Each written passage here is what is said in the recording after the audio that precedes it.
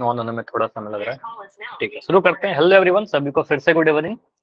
तो जैसा आप सभी को पता है, एग्जाम आपका काफी नजदीक आ चुका है। 30 सितंबर से आपका एग्जाम है, शनिवार से। तो एग्जाम के लिए हम लोग आज सेकंड सैंपल से डिस्कस करेंगे। लास्ट क्लास में हमने प्रीवियस ईयर का पेपर एक डिस्कस किया था, आज आपका सेकंड सैंपल पेपर डिस्कस होने वाला है। तो देखो, आपके एग्जाम में इसी टाइप के कुछ क्वेश्चन आएंगे। सेम क्वेश्चन तो नहीं आएगा, मिलता जुलता सा क्वेश्चन आएगा। पेपर का पैटर्न सारा मैंने बता रखा है, सीधे आते हैं क्वेश्चन पर। पिछले क्लास में इसी टाइप का एक पेपर डिस्कस किया था। बोला क्या गया यहाँ पर, 64 और 96 का HCF बताइए। चलिए, आप लोग से आंसर मैं पूछ रहा हूँ। जितना क्वेश्चन डिस्कस हो पाएगा ठीक है, बाकी क्वेश्चन आप लोग घर पर सॉल्व करना। 64 और 96 का HCF आंसर चाहिए मुझे जल्दी से। आपके एग्जाम में आ जाएगा, कैसे करोगे? सोचो, एग्जाम में बैठे हुए हो। अभाज्य गुणनखंड करिए, 64 का अभाज्य गुणनखंड जल्दी से तोड़ते हैं। अभाज्य संख्या से काटेंगे सर, 2 से काटेंगे। कितने बार में 2 से कटेगा सर? 32 बार में। फिर 2 से काटा, कितने बार में कटा? 16 बार में। 2 से काटा सर 8 बार में। 2 से काटा कितने बार में सर? 4 बार में। 2 से काटा कितने बार में सर? 2 बार में। 2 से काटा 1 बार में। ठीक है, मतलब 64 को कितना लिखोगे? 2 का पावर कितना? 1 2 3 4 5 6, 2 का पावर 6 आ गया। ठीक है, 32 सर। 32 आ गया आंसर, बहुत बढ़िया। तो अगला क्वेश्चन है, अगला है 96। ठीक है, 96 का गुणनखंड करते हैं। तो 96 को काटेंगे भाज्य संख्या से। एग्जाम में थोड़ा थोड़ा फास्ट कर लेना। यहाँ पर आप 2 से डिवाइड करिए, कितने बार में कटेगा? 2 चौके 8, 48 बार में कट जाएगा। 2 से काटोगे सर 24 बार में कट गया। 2 से काटा सर 12 बार में कट गया। 2 से काटेगा सर 6 बार में कट गया। फिर 2 से काटा सर 3 बार में कट गया। 3 से काटा सर 1 बार में कट गया। मतलब 2 का पावर कितना आया सर? 1 2 3 4 5, 2 का पावर 5 और 3 का पावर 1। HCF क्या होता है? दोनों में जो कॉमन है उसको लेंगे और छोटा वाला पावर लेंगे। तो 2 दोनों जगह कॉमन है, 2 का छोटा पावर 5 है। 3 कॉमन नहीं है दोनों जगह, 3 को तो रहने दीजिए। 2 को 5 बार गुना करेंगे। 2 को 5 बार गुना करेंगे तो कितना मिलेगा? देखो, 2 into 2 into 2 into 2 into 2 into 2, 5 बार लिख दीजिए। 2 दूनी 4, 4 दूनी 8, 8 दूनी 16, 16 दूनी कितने बार लिख दिया मैंने? ज्यादा लिख दिया क्या? एक बार मैंने ज्यादा लिख दिया। ठीक है, ये नहीं होगा, तो 5 बार लिखिए। 2 दूनी 4, 4 दूनी 8, 8 दूनी 16, 16 दूनी 32, तो ये आ गया आपका 32। ठीक है, तो आंसर क्या होगा? 32। क्लियर हो जाएगा? तो यहाँ पर आंसर आया क्वेश्चन नंबर 1 का 32। 1 नंबर आपको मिल गया। ठीक है, इतना टाइम एग्जाम में लेना है, समझाने के लिए मैं इतना टाइम लेकर आपको सॉल्व करता हूँ, ऐसा नहीं कितना टाइम आपको लगेगा। ठीक है, ये क्वेश्चन का आंसर तो ऐसे ही बता दो, इसमें तो कुछ करना ही नहीं है। Question 2, 2x square minus 8x plus 16 के शून्यकों का योगफल कितना होगा? योगफल alpha plus beta 4 sir. Minus B बटा ए। माइनस बी का वैल्यू कितना है? बी का वैल्यू माइनस का 8 है, तो माइनस 8 लिख दिया। ए का वैल्यू कितना है? 2। अब थोड़ा फास्ट कर सकते हैं ना हम लोग, अब तो एग्जाम काफी नजदीक आ गया, थोड़ा फास्ट कर दे रहा हूँ। इसमें कहीं पर डाउट होगा तो आप बताना मुझे। ठीक है, माइनस है, माइनस कट गया। 2 से 4 बार में कटा सर, 4 आ गया। मतलब कहेंगे सर आंसर कितना आ गया? ऑप्शन नंबर सी कर देंगे। गलती से ऑप्शन बी मत कर देना, ठीक है, ये गलत है। तो आंसर क्या आएगा? Option number C. अगर मैं यहाँ पर बोलता है कि गुणनफल ही बता दो साथ के साथ, गुणनफल तो क्या बोलते आप? 6 बटा 2 अल्फा 3। बीटा आता है सी बटा है, मतलब सी का वैल्यू 6, ए का वैल्यू 2, तो 3 आ गया, तो आंसर आ जाएगा इस बार ए। ठीक है, तो अगर मैं बोलता कि गुणनफल बताइए तो ए करते हैं, लेकिन यहाँ पर तो आपको योगफल बोला गया है, तो सम निकालना है, तो सी देगा। तो दोनों ऑप्शन देता है हर बार, दोनों ऑप्शन देगा ही आप। तो गलती फार्मूला लगाओगे तो आपको दूसरा आंसर आ जाएगा। ठीक है, तो ऐसा मत करना, सही सही फार्मूला लगाइएगा। इसको मिटा देता हूँ। समीकरण का कुछ कंडीशन दे रखा है कि a1x plus B one Y plus C one और a2x plus B two Y plus C two में क्या है कि a1 by a2 b1 by b2 के बराबर है, लेकिन c1 बाई c2 के बराबर नहीं है। तो कैसा लाइन बनेगा? समांतर रेखा। तो यहाँ पर हम कंक्लूजन लिख दे रहे हैं। ठीक है, अगर कभी ऐसा कंडीशन आपको दिखता है कि a1 बाई a2 तो b1 बाई b2 के बराबर है, लेकिन वो c1 बाई c2 के बराबर नहीं है, तो ऐसा लाइन, इसका क्या होगा? कितने हल होंगे? हल कितने होंगे? कोई हल नहीं होगा सर। कोई हल नहीं होगा। और कोई हल नहीं होगा इसका मतलब कितना कॉमन पॉइंट मिलेगा? कोई कॉमन पॉइंट नहीं मिलेगा, मतलब समांतर रेखा मिलेगा आपका। ठीक है, समांतर रेखा मिलेगा। तो आंसर तो यहीं पर आप कर दोगे ऑप्शन नंबर सी। और आपसे अगर ऑप्शन रेखा के बारे में ना पूछ करके बोलेगा कितना हल, तो बोलना कोई हल नहीं। पूछेगा संगत होगा कि असंगत होगा, तो हल नहीं है, तो हल नहीं है तो असंगत होगा। ठीक है, हल नहीं है तो असंगत है, इनकंसिस्टेंट है। ठीक है, तो ऑप्शन नंबर सी इस बार आंसर आ गया। 3 नंबर आपको मिल चुका है अभी तक। इस एपी का 30वां पद बताइए। -73। माइनस, ये क्वेश्चन किया था क्या लास्ट क्लास में भी था ये क्वेश्चन क्या? मुझे लग रहा है ऐसा। चलो ठीक है, था। नहीं था, ठीक है, दूसरा क्वेश्चन होगा ऐसा। तो यहाँ पर क्या है आपका, अच्छा क्लास में किया होगा शायद या किसी और बैच में किया था। तो एक एपी का 30वां पद आपसे पूछ रहा है, तो मतलब A30 पूछ रहा है आपसे, तो A30 के लिए क्या लिखोगे? जल्दी से सोचोगे सर A30 क्या होता है? A+29D, यही होता है क्या?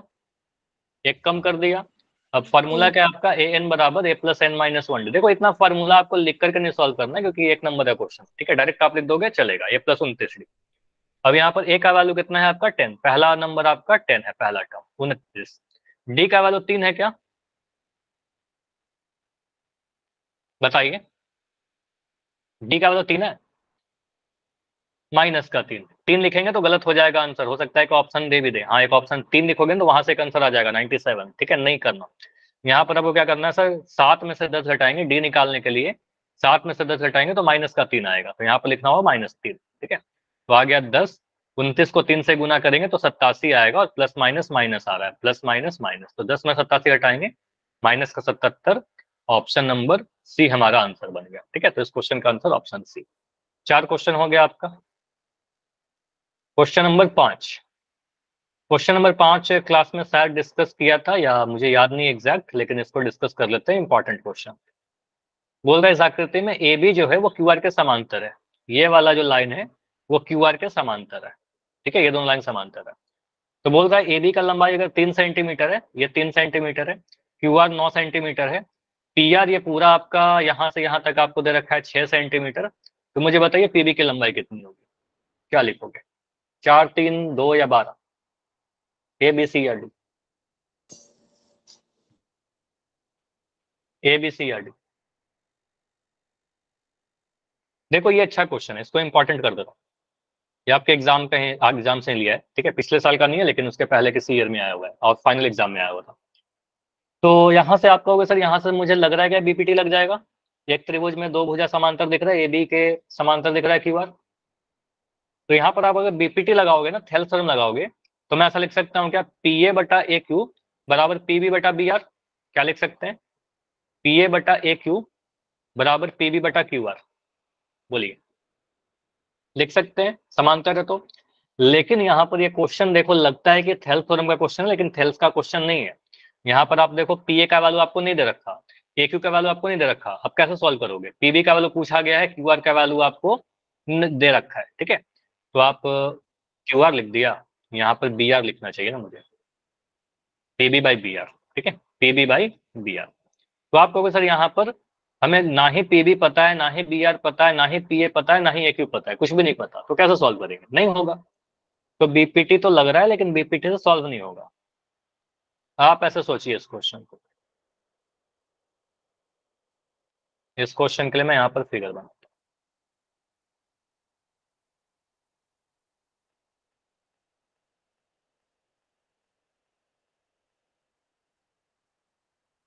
P A Q, P Q R,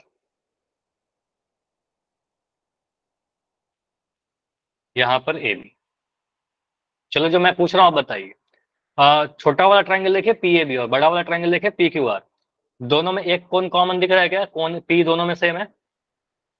बोलिए, पी ए बी में भी पी आया और पी क्यू आर में भी पी आया, तो कोण पी तो दोनों जगह कॉमन दिख गया, तो आपको सर कोण पी तो दोनों जगह कॉमन दिख गया, ठीक है।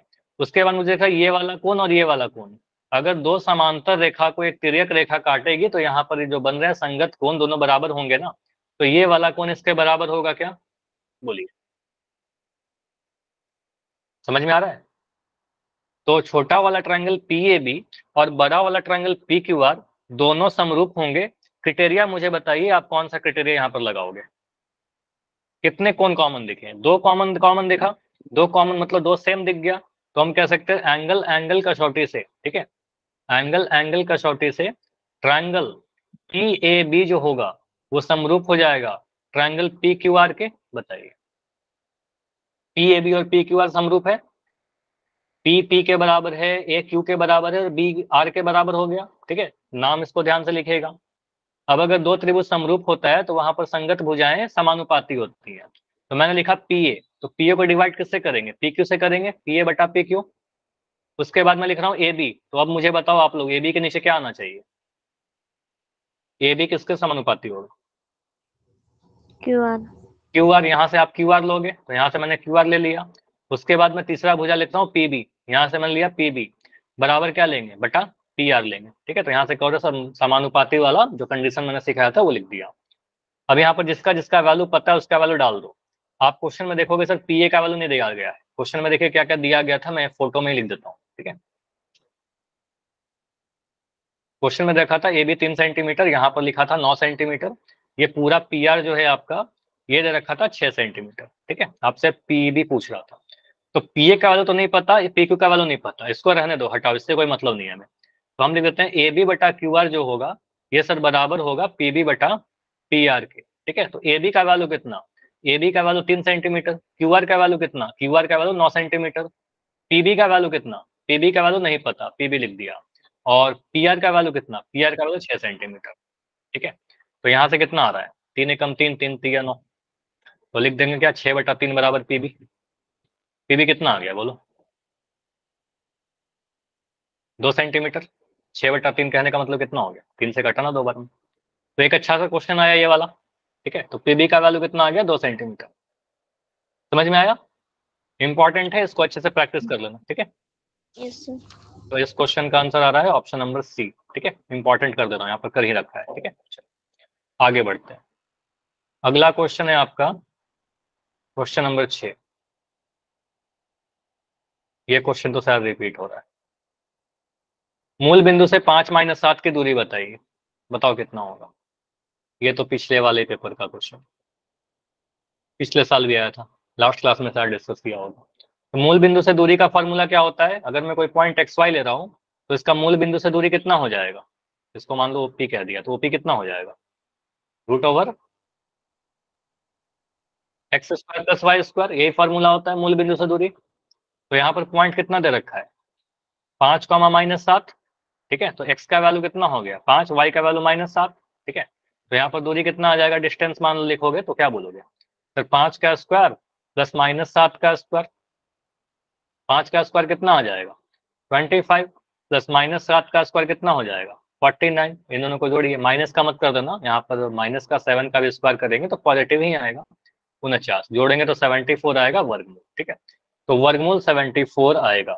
अब सारे ऑप्शन में इकाई मिसिंग है, तो यहाँ पर लिख देना इकाई। इकाई होना चाहिए था आपका। ठीक है, 74 इकाई आएगा।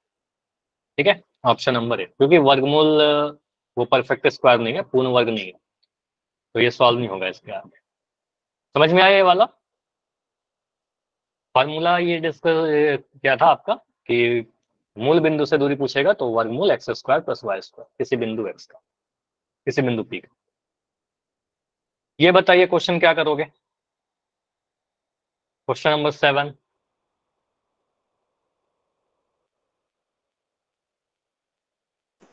D sir. डी आएगा। तो यहाँ पर आप कह रहे हो डी आएगा, कैसे डी आएगा?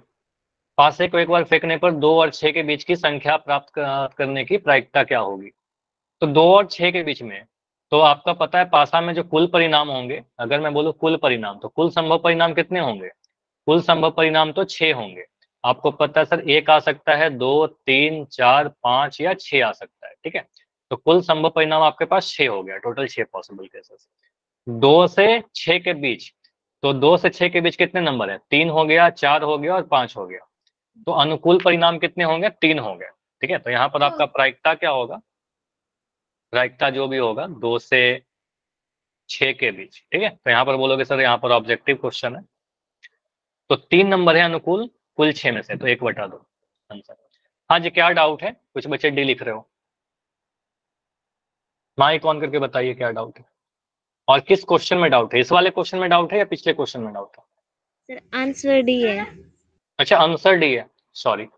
हाँ, तो आंसर डी लिख रहे हो। ठीक है, आंसर यहाँ पर डी होगा, 1/2। तो यहाँ पर टोटल 3 परिणाम अनुकूल थे। ओके ओके, तो ऑप्शन मैं कंफ्यूज हुआ, यहाँ पर आप लोग डी लिख रहे थे, मुझे लगा डाउट है क्या। तो टोटल 3 पॉसिबल केसेस थे जो हमारे फेवरेबल है, जो अनुकूल है, कुल 6 केसेस में से, तो 1/2 आएगा आंसर, ऑप्शन नंबर डी। ठीक है, चलिए क्वेश्चन नंबर 8 में बताइए, शून्यकों का योगफल, फिर से योगफल पूछ लिया। चलो करो योगफल बताइए इसका। इसमें तो कुछ है नहीं। -5 सर। -5 होगा ना, प्लस का 5 मत करिएगा, यहाँ पर क्या बोलेंगे सर, ए का वैल्यू क्या है 1, बी का वैल्यू क्या है 5, सी का वैल्यू 6, ठीक है। तो योगफल अगर बोल रहा है तो आप क्या बोलोगे सर, अल्फा प्लस बीटा का जो फॉर्मूला होता है माइनस बी बाई ए होता है, ठीक है। माइनस बी बाई ए कहने का मतलब माइनस बी का वैल्यू आपका 5 है और ए का वैल्यू आपका 1 है, तो माइनस का 5 हो जाएगा। अगर मैं गुणनफल पूछूं तो क्या बोलोगे यहाँ पर, सी बटाए करेंगे, ठीक है। तो अगर आपसे बोले गुणनफल, अगर आपसे बोलता है यहीं पर अल्फा बीटा बताइए, तो आप सी बटाए करोगे। सी बटाए कितना हो जाएगा, 6/1, यानी 6 आ जाएगा। सी का वैल्यू आपका 6 है, 1 है आपका ए का वैल्यू, ठीक है। तो अब तो ये क्वेश्चन आपको आसान लग ही रहा होगा, काफी बार किया था। इसका शून्यकों की संख्या बताइए ग्राफ की सहायता से, कितने शून्यक होंगे। क्वेश्चन 9 का आंसर देखना है कि कितने बार एक्स एक्सिस को काटा, एक्स अक्ष को देखना है। तो एक्स अक्ष को एक बार यहाँ पर काटा, एक बार यहाँ पर काटा, एक बार यहाँ पर काटा, 3 बिंदु पर काटा, तो इसके 3 शून्यक होंगे। अच्छा, ऑप्शन ही नहीं लिख रखा, ऑप्शन ही नहीं दे रखा है। मान लो लिख देता हूँ 2 3 5 9, तो आंसर क्या आएगा, ऑप्शन नंबर बी आएगा, ठीक है। हाँ, ऑप्शन ही लिखना मैं भूल गया, यहाँ पर क्या आएगा ऑप्शन, ठीक है। तो 3 शून्यक होंगे इसके। चलिए, जितने बार एक्स एक्सिस को काटा उतना शून्यक हो जाएगा। के किस मान के लिए द्विघात समीकरण के x square plus 4x plus 1 बराबर 0 के दो मूल बराबर हैं, ठीक है। ट्राई करो इसको, ये एक अच्छा सा क्वेश्चन है, 1 नंबर में ही है, हो सकता है कि 2 नंबर में पूछ ले आपसे, ठीक है। चलो, के किस मान के लिए द्विघात समीकरण के दो बराबर मूल है। मैंने आपको हमेशा बताया कि हमेशा आपका जो क्वेश्चन आता है मोस्टली बराबर मूल का एक क्वेश्चन ऐसा आता है कि एक्स स्क्वायर प्लस का 4x plus 1 is equal to 0, B. तो चलो मुझे बताओ कि बराबर मूल के लिए डिस्क्रिमिनांट का वैल्यू क्या होना चाहिए, डी कितना होना चाहिए। बी का स्क्वायर -4 ठीक है, वो तो होता है, लेकिन कंडीशन क्या है, डी का वैल्यू होना क्या चाहिए, 0 से बड़ा, 0 से छोटा, या 0 के बराबर। 0 के बराबर। तो हमको पता है कि सर मूल अगर आपका दो बराबर मूल चाहिए, तो बराबर मूल के लिए डी का वैल्यू 0 के बराबर होना चाहिए। डी क्या होता है आपका, बी स्क्वायर माइनस 4ac, तो मतलब बी स्क्वायर माइनस 4ac का जो वैल्यू आएगा वो 0 के बराबर आएगा। आप ऐसा भी कर सकते हो कि पहले ही डी निकाल दीजिए, फिर जो आएगा उसको 0 के बराबर लिख दो, ठीक है। वैसे भी करोगे आंसर सेम आएगा, सेम ही चीज कर रहे हैं तो सेम ही आएगा। बी स्क्वायर कहने का मतलब क्या, यहाँ पर आप अपने यहाँ पर लिख दीजिए, ए का वैल्यू कितना है, यहाँ पर ए का वैल्यू के है, बी का वैल्यू क्या है 4 है, और सी का वैल्यू क्या है 1। ए का वैल्यू आपका के, बी का वैल्यू 4, सी का वैल्यू 1, कोई भी नेगेटिव नहीं है, तो सीधे मैंने इस तरीके से लिख दिया। नेगेटिव में थोड़ा ध्यान दीजिएगा। तो बी स्क्वायर कहने का मतलब 4 स्क्वायर, ठीक है, -4 इंटू ए का वैल्यू आपका के है, और सी का वैल्यू कितना है आपका 1 है, इक्वल टू 0। यहाँ से हम क्या लिख सकते हैं, 16 minus 4k is equal to 0। तो 16 बराबर 4k, ठीक है। तो हम लिख सकते हैं सर 4k जो आया वो 16 के बराबर है, तो k का वैल्यू कितना होगा, 16/4, 4 चौके 16, ठीक है। तो k का वैल्यू आपका 4 आएगा, सिर्फ 4 आएगा, ऑप्शन नंबर बी जैसा आप लोग बोल रहे थे, ठीक है। तो 10 क्वेश्चन का आंसर क्या आ गया, ऑप्शन नंबर बी। चलिए, तो 10 क्वेश्चन तो हमारे सॉल्व हो गए। 11 देखिए, ये तो बच्चों वाला क्वेश्चन है, बताइए कौन सा एपी में है, इनमें से कौन सा एपी में है। B sir. तो चेक कर लेते हैं। यहाँ पर आप एक पी कैसे चेक करोगे, सार्वंतर सेम होना चाहिए, डी का वैल्यू सभी जगह सेम होना चाहिए। 5 में से 2 घटाएंगे तो सर 3 मिल रहा है, 7 में से 5 घटाने पर कितना मिलेगा, 2 मिल रहा है, आगे चेक भी नहीं करेंगे, ये गलत हो गया। 5 घटाने 5 घटाने पर 3 मिल रहा है, 11 में से 8 घटाने पर 3 मिल रहा है, बिल्कुल एपी होगा। बाकी ऑप्शन नहीं भी चेक करोगे, हमारा आंसर ऑप्शन भी मिल चुका है। आगे बढ़ जाइए, आपको टाइम सेव करना है एग्जाम में, ठीक है। भले ही चेक कर लेते हैं, 8 में से 2 घटाएंगे तो 6 मिलेगा, 13 में से 8 घटाने पर 5 मिल रहा है, ठीक है। तो आगे चेक करने की जरूरत है नहीं, अलग अलग आ गया तो एपी में नहीं होगा। यहाँ पर चेक करते हैं, -1 -2 कितना आएगा, माइनस का 3 आएगा, -1 -2 करोगे सर माइनस का 3 आएगा। 1 में से -1 घटाएंगे तो 1 माइनस -1 हो जाएगा, यहाँ पर 2 आ गया, ठीक है। तो ये 2 आ गया, अलग अलग आ गया, ये भी एपी नहीं होगा, ठीक है। तो अलग अलग डिफरेंस आएगा तो एपी नहीं होगा, सार्वंत्र सेम होगा तो एपी होगा। आसान सा क्वेश्चन था, बस चेक करना था एपी है कि नहीं। ऐसे क्वेश्चन आते रहते हैं आपके एग्जाम में, दिख रहा है कितने आसान क्वेश्चन आपके एग्जाम में आता है, कोई भी क्वेश्चन अभी तक कठिन नहीं लगा। पूछ रहा है क्या ये द्विघात समीकरण है, ये बताइए, क्या है जो यहाँ पर लिखा गया द्विघात समीकरण है या नहीं? लिखा क्या गया है? x+1 का होल स्क्वायर बराबर 2 into x minus 3।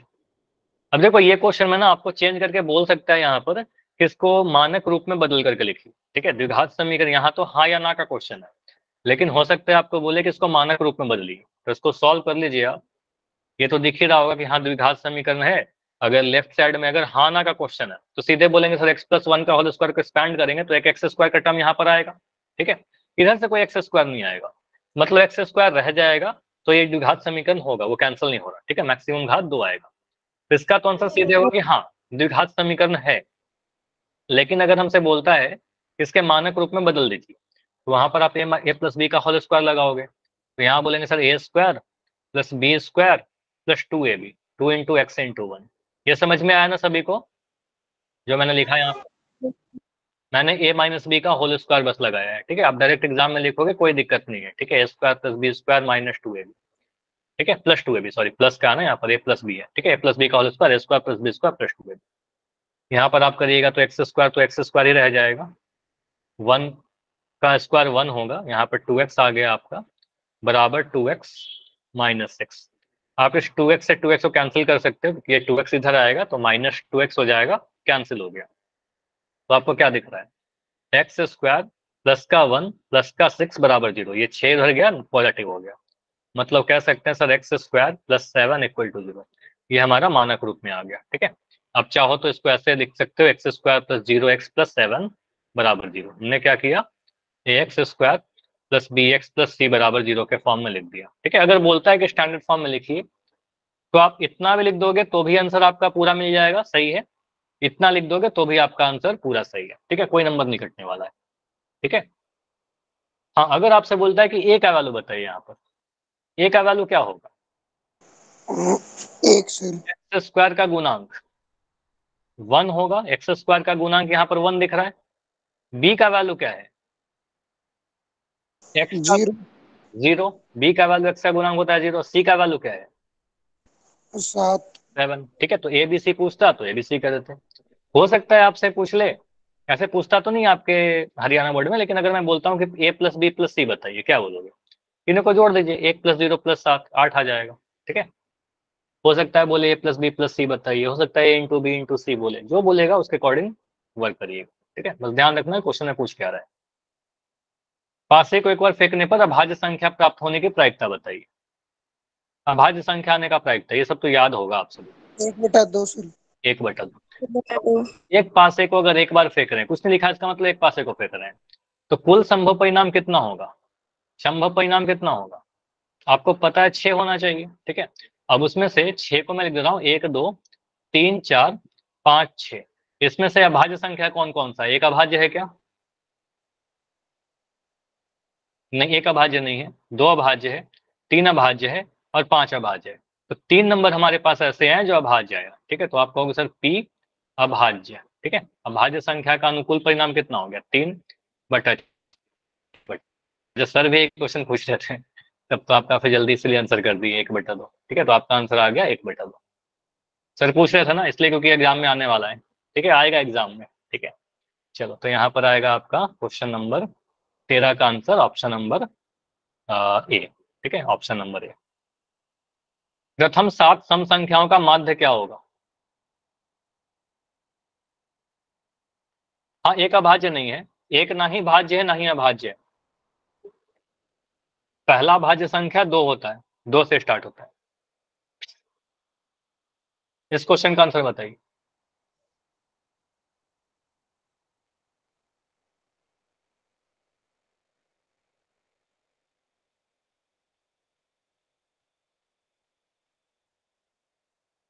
A B C D या ई?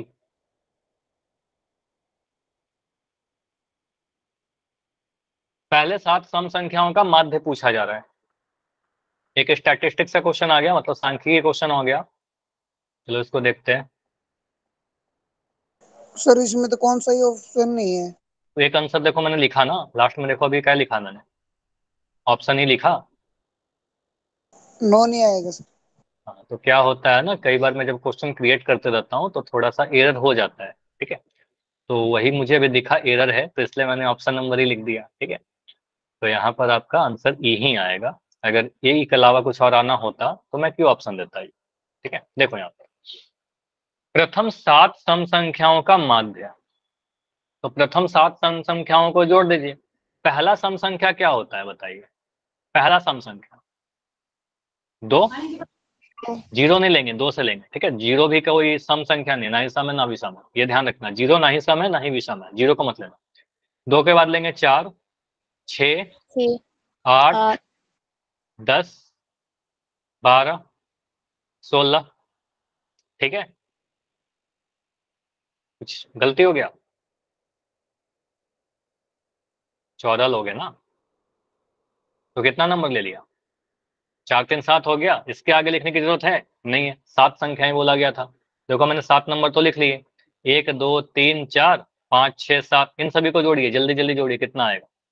क्योंकि माध्य बोला गया ना, माध्य क्या होता है, सभी को जोड़ करके 7 से डिवाइड कर देंगे। माध्य क्या होता है,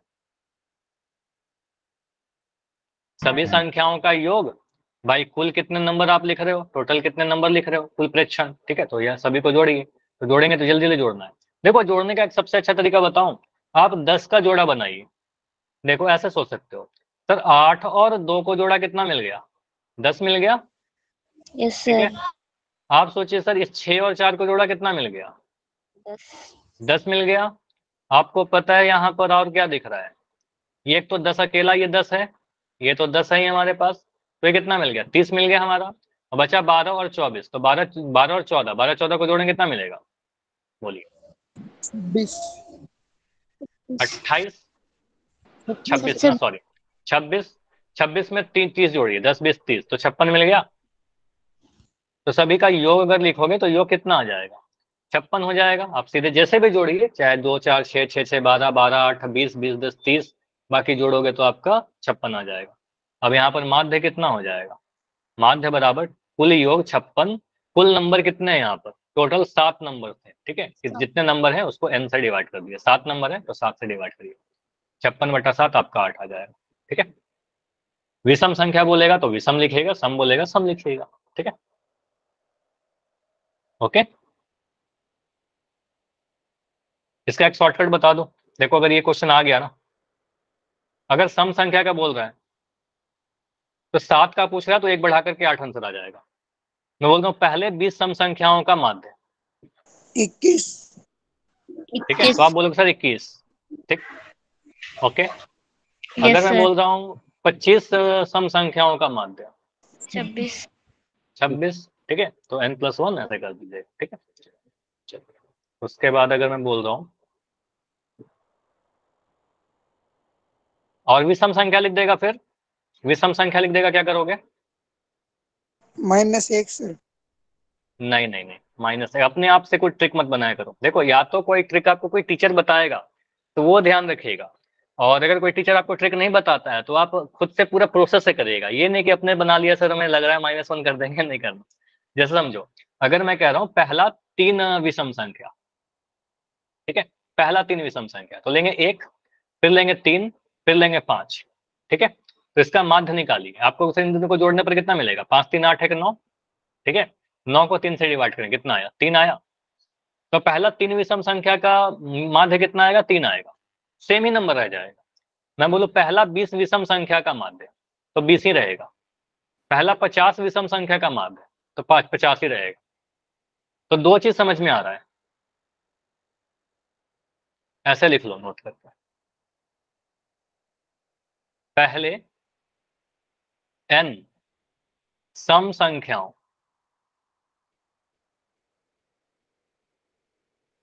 का माध्य कितना बताया, बोलिए।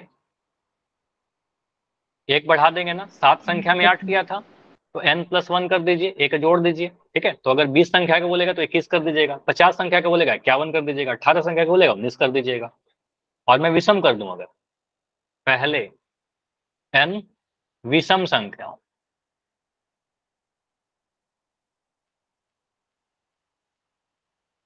आपसे माध्य पूछता है, क्या लिखोगे, n ही लिख दोगे, तो अगर 5 संख्या का पूछता है 5 बोल दीजिएगा, 20 संख्या का बोलेगा 20 बोल दीजिएगा, 18 संख्या का बोलेगा 18 बोल देना, ठीक है। तो सीधे सीधे ध्यान रखिएगा, सम के केस में एक बढ़ा देंगे और विषम के केस में सेम रखेंगे, ठीक है। यही दो होता है, ठीक है, बाकी कुछ नहीं पूछेगा। दो टाइप के पूछे जा सकते हैं। ये क्वेश्चन तो आसान है ना, पी का वैल्यू दे दिया 0.03, पीई नहीं का वैल्यू पूछ रहा है, मतलब पी हो सकता है पीई नहीं की जगह पर ऐसे लिख दे पीई बार, कितना है 0.97। हमने फॉर्मूला पढ़ रखा है, अच्छे से याद कर रखा है।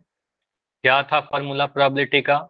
पूरक घटना वाला, ठीक है, मतलब किसी भी घटना का होना और उसके नहीं होने को जोड़ दें, पीई प्लस ई बार न एक हो जाता है। पीई बार को ही कहते हैं ई नहीं, ठीक है। ई नहीं कहने का मतलब पीई बार, ई के ऊपर डंडा लग गया मतलब ई नहीं, ई के नहीं होने की। तो 1 में से पीई घटा दीजिए, ठीक है। तो आपको सर 1 में से 0.03 घटाइएगा, 0.03। एक में से 0.03 घटाएंगे, 1.00 लिख दो क्योंकि पॉइंट के बाद 2 अंक है।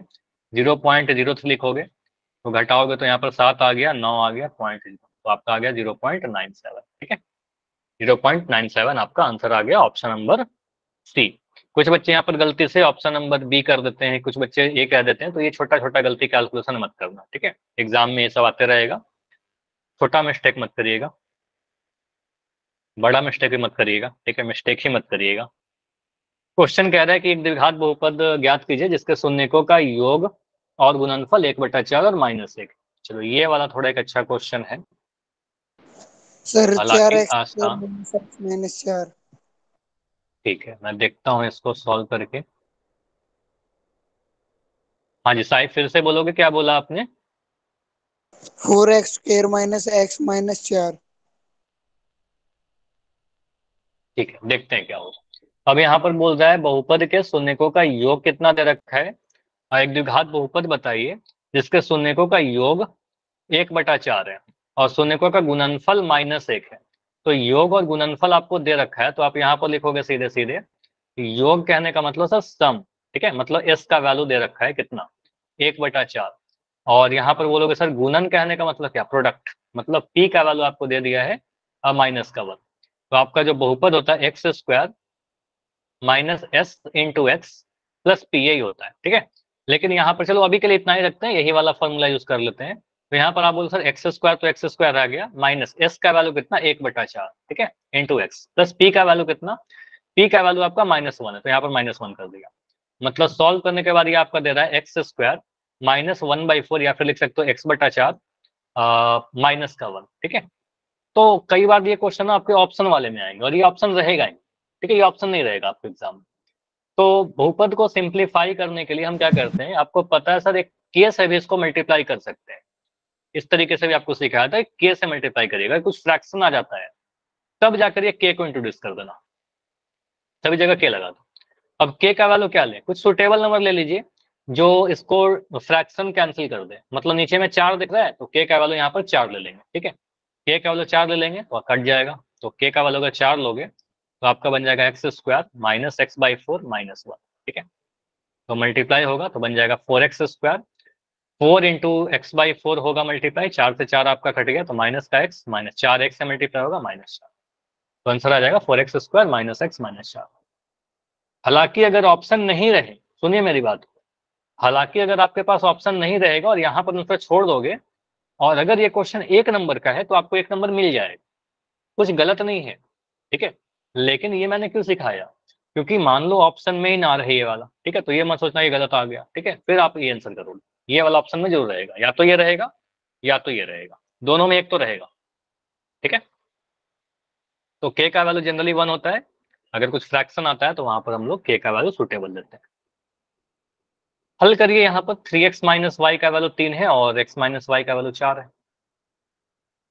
x और y का वैल्यू बताइए, कौन सा मेथड आप लोग लगाओगे? देखो नहीं लिखा गया ना कि प्रतिस्थापन से करिए विलोपन से करिए, जो मेथड आपको आसान लगता है उससे कर, ठीक है।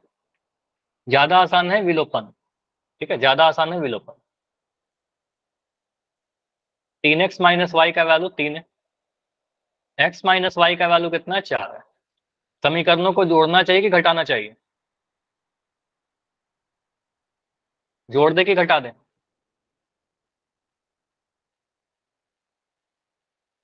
बोलिए इतना शांत क्यों? सर जोड़ेंगे तो कुछ भी कैंसिल नहीं होगा, वाई वाई देखो सेम दिख रहा है लेकिन साइन सेम है, दोनों ही माइनस माइनस आ गया, तो जोड़ देंगे तो दोनों सेम साइन का है तो ऐड हो जाएगा ना, ऐड हो जाएगा तो गायब नहीं होगा। तो आप क्या करिए सर, इसको घटाइए, और जब घटाइएगा तो साइन चेंज करिएगा, तो यहाँ पर माइनस का साइन हो जाएगा, यहाँ पर प्लस का साइन हो जाएगा, यहाँ माइनस का साइन हो गया, तो आपको दिख जाएगा सर एक माइनस का वाई या प्लस के वाई से कैंसिल हो गया, घटाने पर कैंसिल हो गया।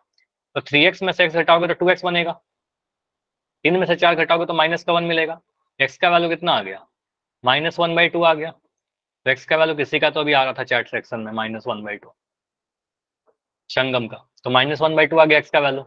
x का वैल्यू -1/2 कहाँ पुट करेंगे, समीकरण नंबर 2 ज्यादा आसान दिख रहा है, तो समीकरण 2 में पुट कर दीजिए, ठीक है, पुट करने के लिए कहीं कर सकते हैं, लेकिन हमें जो आसान लगेगा वहां करेंगे, ठीक है। तो आपको सर x माइनस वाई का वैल्यू 4 है, यहाँ पुट करिए, x का वैल्यू -1/2, -1/2 माइनस वाई बराबर 4, यहाँ से -1/2 को उधर भेज रहे हैं, -1/2 उधर भेजेंगे तो प्लस का हो जाएगा, तो -y बराबर 4 + 1/2, सॉल्व करने पर कितना आ रहा है 2, 8 + 1 यानी 9/2 आ रहा है क्या, तो ये y का वैल्यू 9/2 आया, -y का वैल्यू 9/2 आया, y का वैल्यू कितना आ जाएगा -9/2, तो x का वैल्यू -1/2, y का वैल्यू -9/2, आपका आंसर आ चुका है, ठीक है। अब एग्जाम में ऐसा मत सोचते रहना कि मेरा आंसर कुछ गलत है क्या, नहीं कुछ गलत नहीं, ठीक है। फ्रैक्शन में आंसर आ सकते हैं, भिन्न में आंसर आ सकता है, ठीक है, समझ में आया ये वाला। आप चाहो तो x का वैल्यू ऐसे भी कर सकते हो, x का वैल्यू यहाँ से निकालोगे y + 4 और यहाँ पुट कर दोगे, ठीक है, यहाँ पर पुट करोगे तो अभी आपका आंसर सेम ही आएगा, प्रतिस्थापन से भी कर सकते हैं, लेकिन हमेशा अगर आपको किसी भी एक चर का गुणांक सेम दिखता है या साइन का अंतर दिखता है तो बेटर होगा कि विलोपन यूज करिए, ठीक है, विलोपन करेंगे जल्दी सॉल्व होगा, ठीक है, टाइम बचेगा, आसान भी होता है। 8 के प्रथम धनात्मक 15 गुणजों का योग ज्ञात करिए। चलिए ये कौन से चैप्टर क्वेश्चन है बताओगे, चैप्टर 1 2 3 4 5 कौन सा चैप्टर है ये, एपी। एपी अर्थमेटिक प्रोग्रेशन का क्वेश्चन है। 8 प्रथम धनात्मक 15, 8 के प्रथम धनात्मक 15 गुणजों का योग ज्ञात करिए। तो पहला 8 का गुणज क्या होगा जो धनात्मक हो, 8 का टेबल 8 लिखना है आपको, तो 8 आपको वैसे जो भी योग हमें बताना है ना, वो योग आपका क्या है, 8 से स्टार्ट होगा, पहला नंबर 8 होगा, दूसरा नंबर क्या होगा बताइए 16, ठीक है, 8 जोड़ देंगे, अगला नंबर 24, तीसरा नंबर, तो ऐसे ऐसे कहां तक जाना है 15वां नंबर तक, 15वां नंबर क्या होगा 960, आंसर भी आ गया, नाइस। तो यहाँ पर 15वां नंबर क्या होगा, आपको उसे पहला नंबर 8 गुना 1 है, दूसरा नंबर 8 गुना 2 है, तीसरा नंबर 8 गुना 3 है, तो यहाँ पर 8 गुना 15 करके लिख दीजिए, ठीक है, 8 गुना 15 कितना होता है 15 × 120, ठीक है, तो 120 तक आपको जाना है, ठीक है। इन सभी को आपको क्या कर देना है, जोड़ देना है, ठीक है, जोड़िए, आपको पता है यहाँ पर सर कितने नंबर हैं, ए का वैल्यू आपको पता ही है, पहला टर्म 8, डी का वैल्यू आपको पता ही है, 8 का गुणज दिख रहे हैं तो 8 8 का डिफरेंस जाएगा, 16 में से 8 घटाओगे आपको मिल जाएगा 8, और एन का वैल्यू आप लोग बताओ कितना होगा, 15 बोल तो रहा है 15 गुणज है ना, तो कहेंगे सर टोटल 15 नंबर है यहाँ पर, ठीक है, 15वां नंबर ये था, तो आप एस एन का फॉर्मूला लगाइए, फॉर्मूला नंबर 1 या फॉर्मूला नंबर 2, फॉर्मूला 1 या 2, एस एन का 2 फार्मूला है, तो यहाँ पर आपको लास्ट टर्म पता है तो 2 वाला फार्मूला आएगा, सेकंड फार्मूला n/2 इंटू ए प्लस एल, ये वाला फार्मूला लगाओगे तो n का वैल्यू कितना आपका 15/2, फर्स्ट टर्म ए का वैल्यू आपका 8 है, लास्ट टर्म आपका 120 है, ठीक है, तो यहाँ पर कहेंगे सर 15/2 इंटू 128, ठीक है, इसको काटिए, 2 छक 12, 2 चौके 8, 15 को 64 से गुना करना है, 15 का टेबल याद ही है आपको, 15 चौके 60 का 0 कैरी 6, 15 छके 90, 90 में 6 जोड़ेंगे 96, तो 960 आपका आंसर आ रहा था, ठीक है। अभी तक कोई भी क्वेश्चन टफ लगा क्या, कोई भी क्वेश्चन, नहीं ठीक है, तो अभी तक हम लोग शायद 2 नंबर वाले क्वेश्चन में आ चुके हैं, 18 क्वेश्चन हो, इसके आगे जो क्वेश्चन है आपका क्वेश्चन 19, ये 21 आ गया, 19, अच्छा ये एक अच्छा सा क्वेश्चन है, क्लास वाला क्वेश्चन है, क्लास में आपको डिस्कस किया गया था द्विघात समीकरण में, ये क्वेश्चन देखिए, इंपॉर्टेंट लगा मुझे, इसको डिस्कस कर लेते हैं। लास्ट क्लास में भी एक वर्ड प्रॉब्लम किया था, ठीक है, दो संख्याओं का गुणन है, योगफल है, तो उसी टाइप का एक वर्ड प्रॉब्लम आ सकता है आपके एग्जाम में, तो ये वाला क्वेश्चन लिया है, हो सकता है ये आ जाए। एक समकोण त्रिभुज की ऊंचाई जो है इसके आधार से 7 सेंटीमीटर कम है, मतलब ऊंचाई आधार से 7 कम है, तो यहाँ पर एक्स इसको ले लेंगे, आधार को एक्स ले लेंगे, तो ऊंचाई कितना हो जाएगा, बोलिए। अगर मैं एक समकोण त्रिभुज यहाँ पर बनाऊं,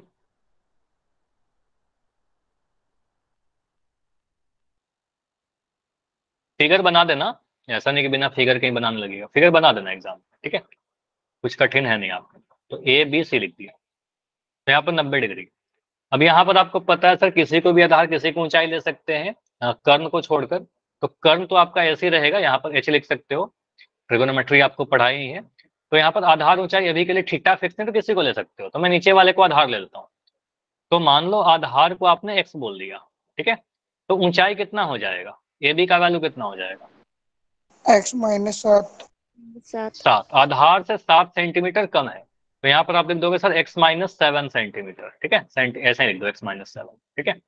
तो यहाँ से और उसके बाद कर्ण कितना दे रखा है, कर्ण बोल रहा है सर 13 सेंटीमीटर है, तो यहाँ पर लिख दीजिए माना आधार जो है आपका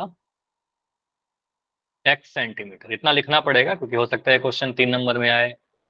ऊंचाई कितनी, ऊंचाई जो है आपका आपने बोला इसलिए x माइनस 7 होगा क्योंकि 7 सेंटीमीटर कम है आधार से, ठीक है।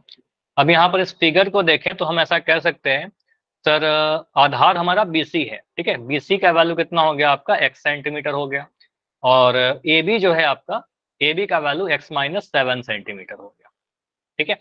अब इस फिगर के अकॉर्डिंग पाइथागोरस त्रिभुज ABC में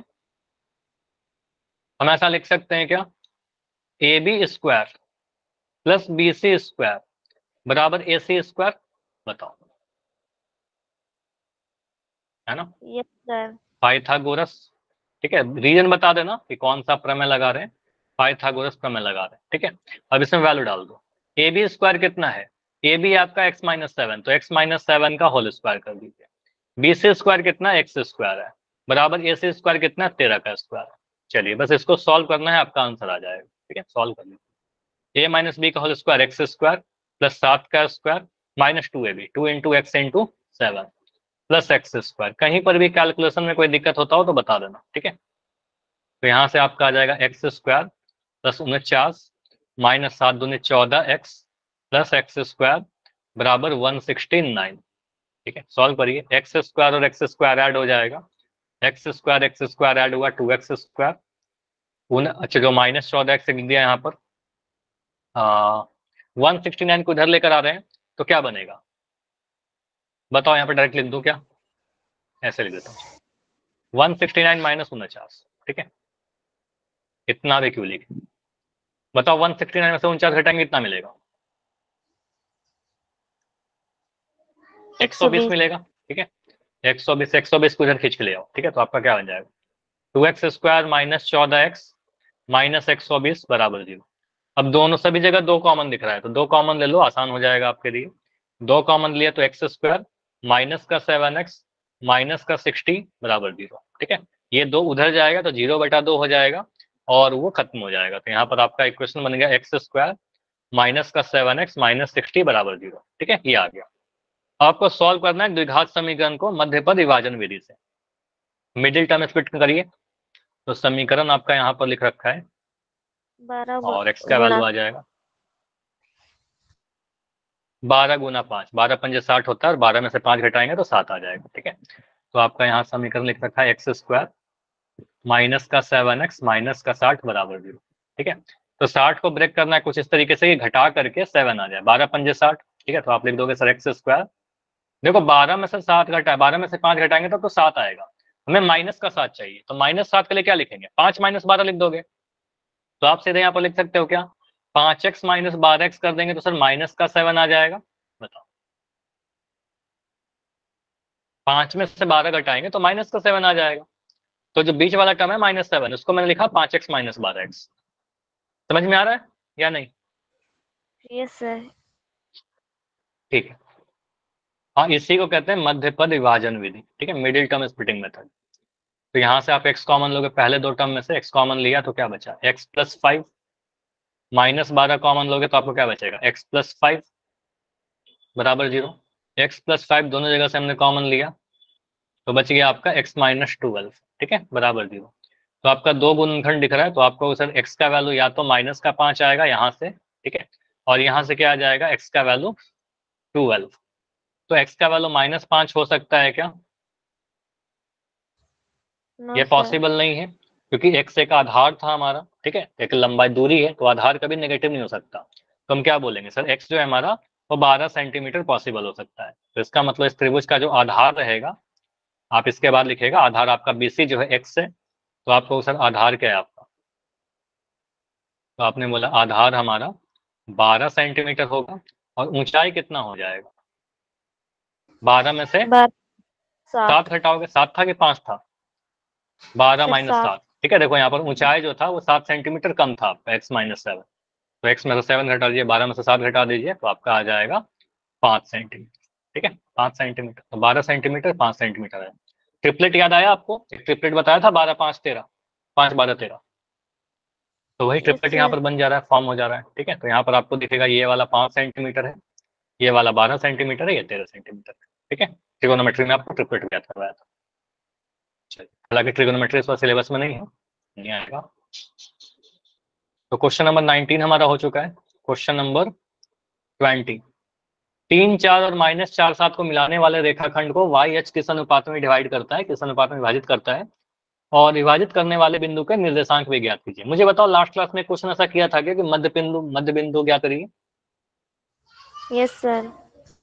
तो मिड पॉइंट वाला क्वेश्चन लास्ट क्लास में कर लिया था, ये विभाजन सूत्र का क्वेश्चन है, ठीक है। तो सेक्शन फॉर्मूला एक बार मैं जल्दी से डिस्कस कर लेता हूँ कि सेक्शन फॉर्मूला कहता क्या है। देखो अगर हमारे पास कोई दो पॉइंट है, अगर हमारे पास कोई दो पॉइंट है, एक पीडीएफ भी आज ग्रुप में भेजा था, सभी लोग उसको देखेगा, पूरा फॉर्मूला का लिस्ट भेज दिया गया चैप्टर नंबर 1 से लेकर के 7 तक, ठीक है। तो उसमें इस फॉर्मूला मिल जाएगा। अगर दो पॉइंट है ए बी, इसका निर्देशांक लिख दिया x1 y1, ठीक है, इसको लिख दिया x2 y2। मान लो कोई पॉइंट यहाँ पर है P जिसका निर्देशांक है xy, और ये पॉइंट P जो है ए बी लाइन सेगमेंट को, रेखाखंड को कुछ रेशियो में डिवाइड कर रहा है। अनुपात हमें पता है, हमें नहीं पता कि AP की लंबाई कितनी है और PB की लंबाई कितनी है, लेकिन हमें इस रेशियो पता है कि मान लो ये M1 और अनुपात M2 है, M1:2, मैं कह रहा हूँ AP अनुपात PB जो है वो M1 अनुपात M2 है, ठीक है। कोई बच्चे M के रेशियो में याद किया होगा, कुछ ने M1 M2 किया होगा। तो मैं फॉर्मूला तो आपको बोलता हूँ याद भी मत करो, फॉर्मूला रट्टो मत, इसको समझ लो। आप एक पैटर्न समझिए, जब आप x निर्देशांक लिखने जाते हो, x लिखना है, तो मैं क्या करूंगा, इस m को उठाइए और इस m को उठाकर उधर गुना कर दीजिए, ठीक है। अब कंफ्यूज नहीं होना कि सर इसको x1 के साथ गुना करें कि x2 के साथ गुना करें, किसके साथ गुना करें, x2 के साथ कि y2 के साथ। जब आप x लिख रहे हो तो x वाले से करिए, ठीक है। तो जब x लिख रहे हो तो m2 m1 जो होगा गुना होगा x2 के साथ, और m2 जो गुना होगा वो x1 के साथ। यहाँ लिख देंगे सर m2 जो होगा वो x1 के साथ divided by m1 plus m2, ठीक है। यहाँ पर आ जाएगा m1 प्लस m2, ठीक है। इसी का जो y निर्देशांक आएगा तो कहेंगे सर m1 जो होगा वो y के साथ गुना होगा उधर जाकर, ठीक है। तो लिखेंगे m1 y2 plus m2 y1 by m1 plus m2, ठीक है। तो ये दो फार्मूला होता है, ये वाला पॉइंट xy आ जाएगा, ठीक है, xy आ गया। तो ये दिखने में लंबा लगता है, कैलकुलेशन करना आंसर आ जाएगा। तो इस क्वेश्चन में क्या बोला गया है, बिंदु 3 4, क्वेश्चन को अलग पेज पर लेते हैं, थोड़ा सा स्पेस चाहिए सॉल्व करने के लिए। इस क्वेश्चन के लिए स्पेस दे देगा आपके क्वेश्चन पेपर में। बिंदु 3 4 और -4 7 को मिलाने वाले रेखा को y अक्ष, मतलब y एक्सिस काट रहा है इसको। तो अगर हम ऐसा बोले कि हमारे पास एक पॉइंट है 3 4 और यहाँ पर मान लो पॉइंट है -4 7, यहाँ पर पॉइंट है -4 7 और ये वाला पॉइंट है 3 4। अब कोऑर्डिनेट एक्सिस पे मत प्लॉट करने लगना, ठीक है, इसकी कोई नीड नहीं है। अब इन दोनों को मिला दिया तो एक रेखाखंड बन गया AB, ठीक है, इसका नाम दे दीजिए AB। अब इसको काट कौन रहा है, y एक्सिस काट रहा है। तो y एक्सिस मान लो अगर ऐसे खड़ा लाइन होगा एक, ठीक है, y एक्सिस ये वाला है, ठीक है। तो ये जो भी पॉइंट होगा, मुझे बताओ ये वाला जो पॉइंट होगा, इस पॉइंट को आप क्या लिख सकते हो, बताओ। 0y। नहीं, 0 क्यों आया, 0y तो लिख दिया, y की 0 क्यों लिखा यहाँ पर साहिब। क्योंकि सर ये y एक्स पर स्थित है तो x का मान तो 0 ही होगा। तो ये समझिए, देखो जनरल अगर कोई और पॉइंट होता ना तो मैं लिखता वहां पर X Y, point generally X Y लिखते हैं। लेकिन आपको पता है वाई एक्सिस पर जो भी पॉइंट होगा, मान लो यहाँ पर एक पॉइंट लिख रहे हो तो आप बोलो सर ये 0 1 होता है, यहाँ पर एक पॉइंट होता है 0 2 होता है, यहाँ होता है सर 0 3 होता है, नीचे चले जाएंगे तो सर 0 -1 होगा। मतलब एक्स वाई एक्सिस पर जितना भी पॉइंट होगा उसका एक्स निर्देशांक तो हमेशा 0 ही रहेगा, ये वाला। ठीक है, तो एक्स वाला हमेशा 0 रहेगा। तो हमें ये पता होना चाहिए वाई एक्सिस पर वो पॉइंट होगा, क्योंकि वाई एक्सिस काट रहा है, तो इसका एक्स निर्देशांक तो 0 ही रहेगा। ठीक है, एक्स वाला 0 रहेगा। ठीक है, अब मान लो कि ये जो रेशियो है जो आपसे पूछा गया ना कि किस अनुपात में डिवाइड करेगा, तो कभी भी आप अनुपात n/n या फिर m1/m2 मत मानिएगा। ठीक है, हमेशा अनुपात जब भी निकालने के लिए बोला जाएगा, हमेशा मान लो इस पॉइंट को मान लो p बोल दिया, तो लिखिए अपने क्वेश्चन में माना AP अनुपात PB, इस रेशियो को आप हमेशा k अनुपात 1 लीजिए। ठीक है, हमेशा ऐसे लिखो k अनुपात 1, इससे एक वेरिएबल आपका कम हो जाएगा। तो यहाँ पर लिखेगा k और यहाँ पर लिखेगा 1, ये बस अनुपात है। ठीक है, k अनुपात 1। ठीक है, अब यहाँ से आप देखिएगा सर यहाँ पर मुझे x निर्देशांक पता है, y निर्देशांक भले ही नहीं पता, लेकिन x निर्देशांक पता है। तो सबसे पहले इसका x निर्देशांक निकालने के लिए सोचिए। ठीक है, जो 0 है, तो इस पॉइंट P का अगर मैं xy लिखता हूँ तो इसका x निर्देशांक कितना आएगा, 0। ठीक है, हमें पता है। तो उसका अगर मैं फॉर्मूला के फॉर्म में लिखूं तो हम ऐसा लिख सकते हैं क्या, k को गुना करेंगे -4 के साथ, 0 जो है सॉरी 1 जो है वो गुना हो जाएगा आपके 3 के साथ। ठीक है, तो यहाँ पर आपका आएगा -4 इंटू के, -4 के, 1 जो हुआ गुना होगा 3 के साथ, तो प्लस का 3 डिवाइडेड बाई k+1। तो यहाँ पर एक दो के साथ अनुपातों को जोड़ दिया k+1। ठीक है, और इसका जो वैल्यू है x निर्देशांक कितना है इस पॉइंट का, 0 के बराबर। तो हमें पता था x निर्देशांक, इसलिए मैंने ऐसे लिख दिया। तो इसको लिखोगे सॉल्व करने के बाद, -4k + 3 कितना आ गया, k+1 0 के साथ गुना होगा 0 बन गया। ठीक है, तो आपका कितना आ गया, -4k का वैल्यू -3 के बराबर, माइनस से माइनस कट गया, और k का वैल्यू आपका आ गया 3:4। ठीक है, 3/4। अब आपका जो रेशियो है, जो अनुपात आपको चाहिए, आपका जो अनुपात है वो क्या चाहिए, k अनुपात 1। ठीक है, तो k कितना है आपका 3/4 अनुपात 1। और रेशियो क्या होता है ना, रेशियो में आप किसी भी नंबर से गुना करोगे तो कोई फर्क नहीं पड़ेगा। जैसे समझो अगर मैं कभी लिखता हूं अनुपात 1:2, इसमें 2 से गुना कर दिया तो बन जाएगा 2:4।